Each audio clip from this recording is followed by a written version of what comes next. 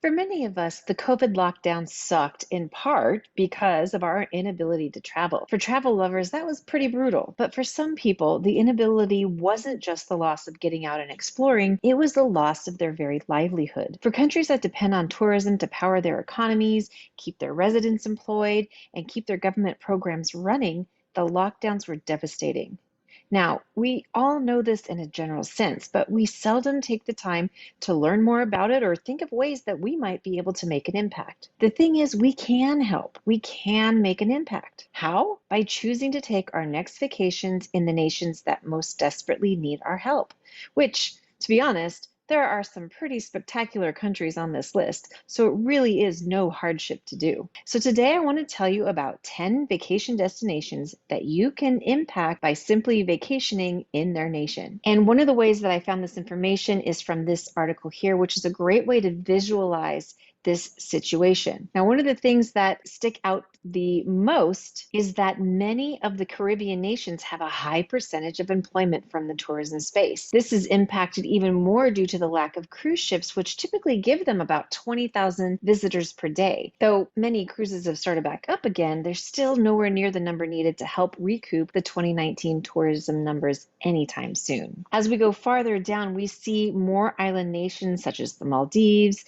and non-island nations such as Macau, Belize, and even Croatia. As we scroll down farther, this graph gives a more succinct look at the areas most dependent on tourism for employment. Okay, great. So I've shared the data. Now what? Where should you go? This article here is actually a fantastic place for you to go to get some really amazing ideas of the countries that are most dependent on tourism. And I got to tell you, they are some of the top destinations in the world. I will link this below so you can take a look at this yourself. It actually covers top 50 nations that have the most reliant on tourism for their economy, for their jobs, and just for the livelihood of their citizens. Now, like I said, I'll link this below so you can look at all 50, but right now I want to focus on just the top 10. All right, coming in at number 10 is Fiji. Now, Fiji has 39.3% of its GDP is dedicated to travel and tourism, and about 35.7% of total jobs. So of the small island nation, 40% of jobs are reliant on tourism. You may or may not know Fiji's in the South Pacific. It's an archipelago of more than 300 islands. It is, as you can see, a water lover's dream with crystal clear waters, diving, snorkeling, surfing, kayaking, but they also have some rainforests where you can raft on rivers and visit remote villages and just get a deeper understanding of the South Pacific Fiji culture. Number 9 is Barbados. Now, they have 41% of their total GDP that depends on tourism, and 41% of their jobs are reliant on our tourism dollars. Barbados has, again, as an island nation, has fine sandy beaches and surfing and gardens away from the coast and a lively nightlife.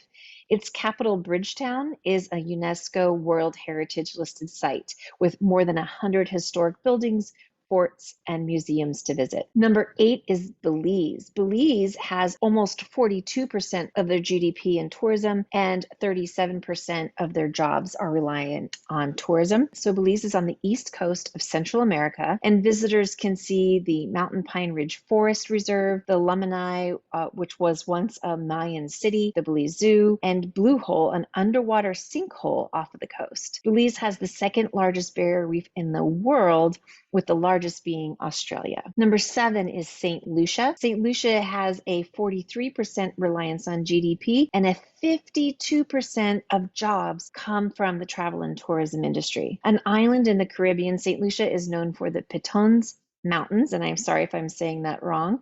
Along its coasts, there are white sand beaches, diving, and festivals such as, and I'm going to put this on the screen because I know I'll murder it.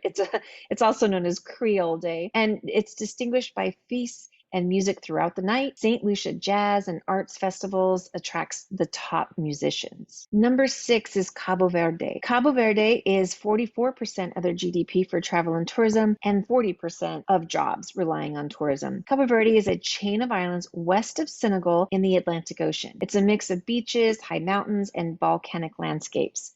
The highest peak is Pico de Fogo, which is still an active volcano. There are music clubs and bars and colonial architecture to see in Mindelo, São Vicente. Number 5 is Vanuatu.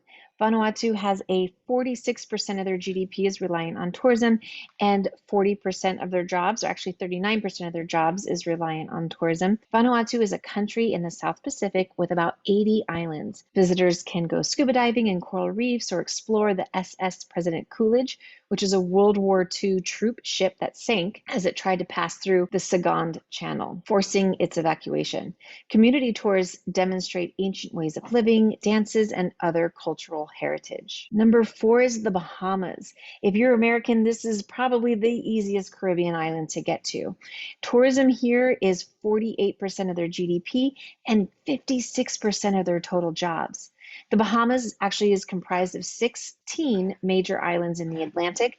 Tourists can choose between exploring the capital of Nassau, enjoying Paradise Island, swimming with the wild pigs on Big Major Key, or visiting Eleuthur's, I'm saying that wrong. I'm going to put it on the screen. Pink sand beaches. Number 3 is Antigua and Barbuda. 52% of their GDP is reliant on tourism, and 46% of their total jobs is from tourism. The island's former British colonies in the Caribbean both have beautiful beaches. Antigua is the busier of the two, and the capital, St. John's, is the port for cruise ships.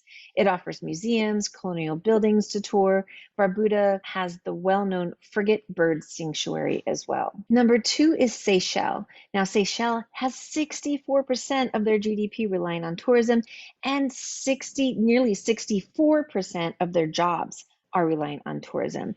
They are in desperate need right now. This is an archipelago of 115 granite and coral islands off East Africa in the Indian Ocean. The Seychelles boasts beaches, nature preserves, and coral reefs. Among the wildlife are giant Aldabra tortoises. The capital, Victoria, is on Mahe, which has the Morne Seychellois National Park. And then number 1 is the Maldives, which could anybody be sad visiting such a place? Maldives has a whopping 75% of their GDP dependent on tourism, and nearly 40% of their jobs reliant on tourism.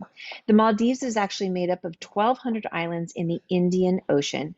Among them, atolls, coral reefs, and coral islands. Only about 200 of them are inhabited. Tourists visit beaches and the reef formations of which the Maldives is known, and can go kayaking, snorkeling, and picnicking on one of the uninhabited islands.